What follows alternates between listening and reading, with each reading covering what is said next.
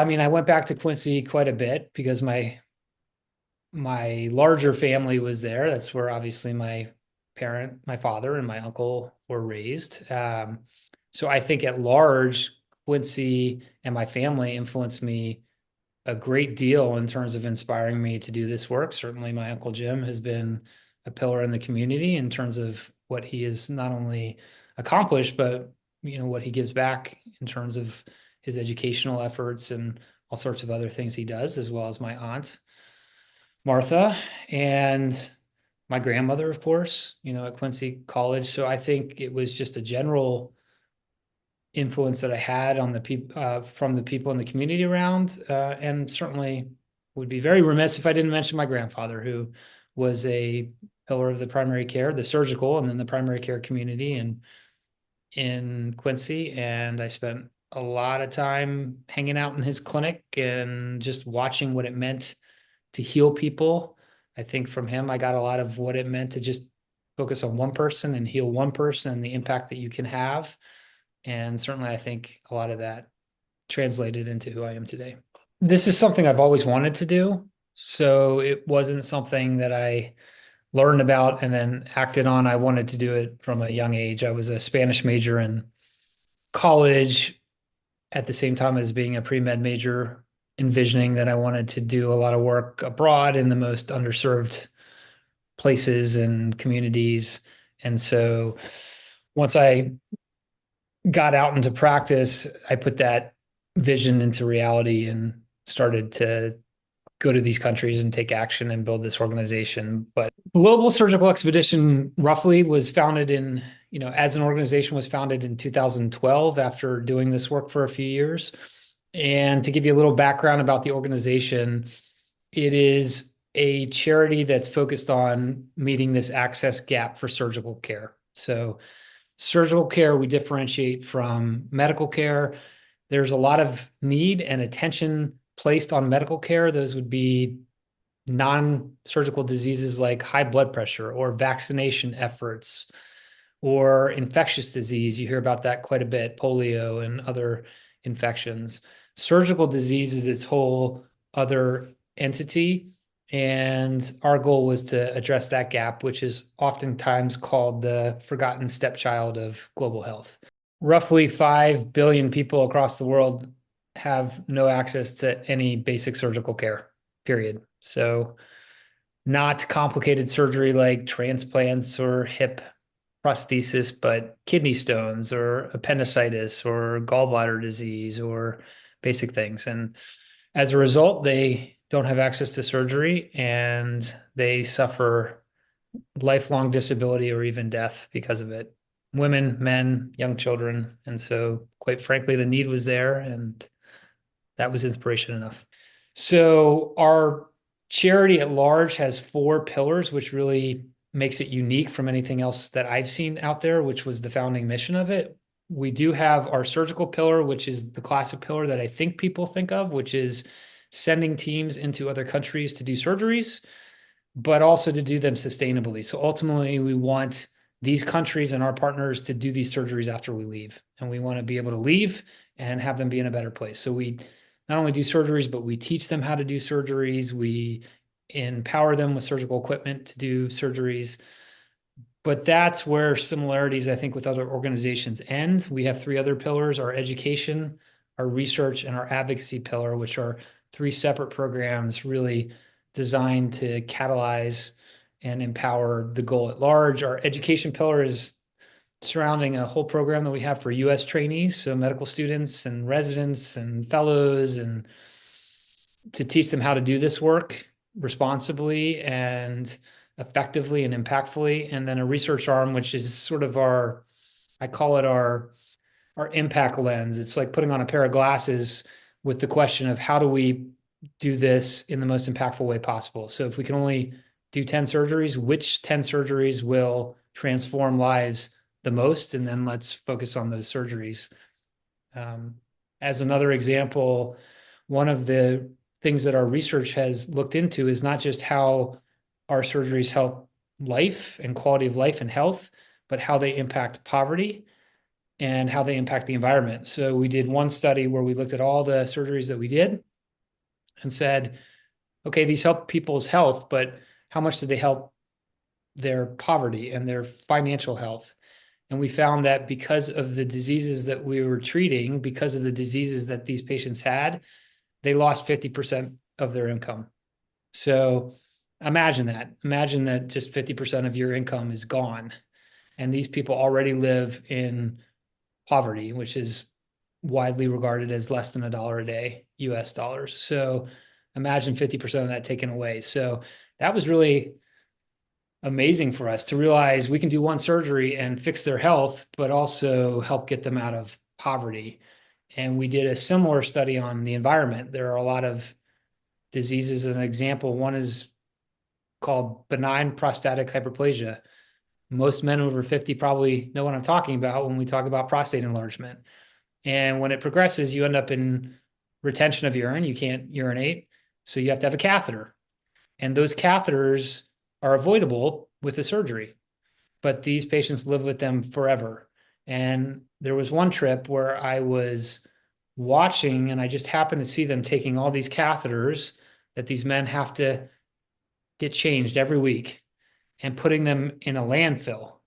And I said, we're probably also impacting the environment when we do a surgery. That means they need no more catheters. So we did a study for that.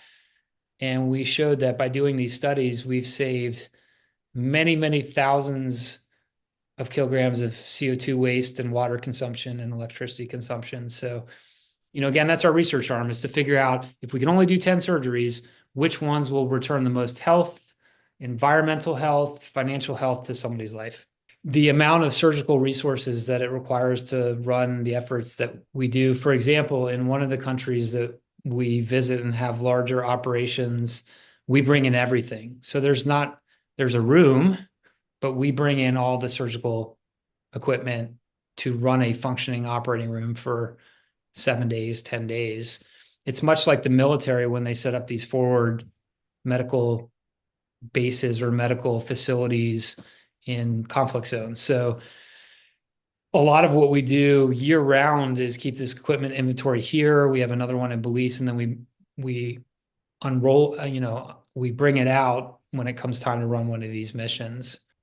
So we rely on a lot of donated resources from companies, from individuals. And it just so happened that my grandfather was a surgeon prior to becoming a primary care physician. So he had a lot of surgical instruments in his clinic because that was at a time where it was more typical that surgeons bought their own instruments and had their own instruments. Nowadays, for example, when I operate in the United States, I go to a hospital and they have all the equipment that I've asked for.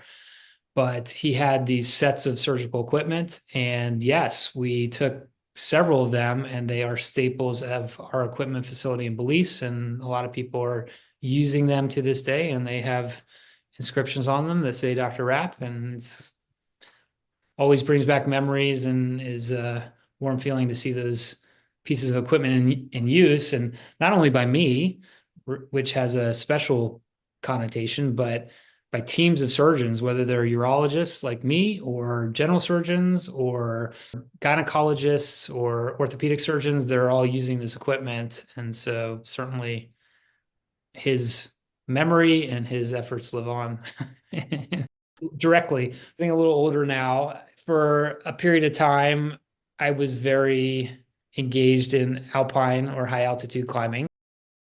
Climb many high altitude mountains. I think one of ones that people know very well is Denali, also called Mount McKinley, or previously Mount McKinley, but now Denali, which is the highest mountain in North America. So back in my younger days, I climbed Denali, and not only did I do that for my own personal enjoyment and challenge, but it was also, I turned it into a charity event for Global Surgical Expedition, and we raised approximately $10,000 to help fund our trips and our efforts. So it took on dual meaning for me. So is this just something you developed or that you're born with that you just see a challenge and say, yeah, I'm going for it? That's a good question. That's a good question. You should ask my wife and my parents. They probably all have different opinions about that. I don't know what the perfect answer is. I think some people look at it that way. To me, it's less about necessarily an inherent challenge. It's more about impact and doing things that I think to me are amazing. And that has been always something that has drawn me in is this is a precious life and I want to do things, whether they are professional or personal, that are amazing, that are impactful, that are unique, whether it's doing these surgeries, which have the amazing power to transform a life like very few other professional activities that I've been involved in, or climbing a mountain where I reach the summit and I can feel that very few people in the history of this earth have seen the viewpoint that I've seen because only so many people have summited this mountain. I think that I'm drawn to what I think are unique or impactful things. 2 years ago, so I'm a professor of urology at the University of Virginia and have been for a while. And 2 years ago, I stepped away from my primary job as a surgeon at the university to lead this organization full time because I saw the potential and the impact, and it was really scary to walk away from that kind of stable job and an academic job and one with financial support to basically go do something mostly for free. Definitely took some discussions with my wife and family to get the support that I needed, but um, off I off I went um, to do this. And so I think every day there are situations where I see the value in what I'm doing. And where I'm going with that in particular is now mostly I'm running the charity, which is a lot of work. It's exponentially more work than if I just got on a plane and went and did a week trip once a year, like some of my colleagues.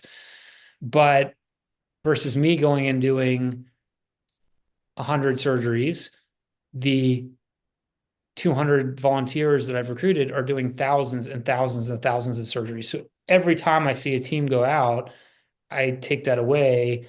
And it's a very real experience for me to see the impact. And every time they come back and they tell me how transformative this was for not only the patients, but them and what their meaning in life is, that's one of those experiences. But certainly on the trips that I go on and went on for many years as the primary surgeon, those moments are frequent, whether it is Kimberly, who was a 21-year-old who essentially had leaked urine her whole life because she had a congenital malformation where her kidneys didn't insert into the bladder, but inserted in a different location. So she just leaked. And she told us that she contemplated suicide because she was so belittled and so bullied. And with one surgery, it was fixed. And she came to us a year later with a big smile on her face and told us, "You changed my life, and this is me now." And Kimberly's story is not unique. We get it every trip from men and women and children who tell us this. And so they're all the time. Another one alludes to what I was talking about before, where we fixed another woman with a really sort of benign condition. And I asked her how she was doing and how it impacted her. And she said, "It really hurts and it has impacted my life. But what really impacts me is that I can't feed my children because I can't work because of this." And a year later, she was working and she had smiles and she could feed her children. And more importantly, she could send her children to school because it costs money in these countries. And she said, "My child will no longer have to stop school in fifth grade and will have a life and advancement and potential." And so they're all over the place. That's why I do this. Every time I go on a trip, there's any number of reminders of why I do this versus hold down a regular job at the university. Not that that's not impactful, but there's many memories and many reminders that this work is unbelievably meaningful. Muddy River News. Our home, our news.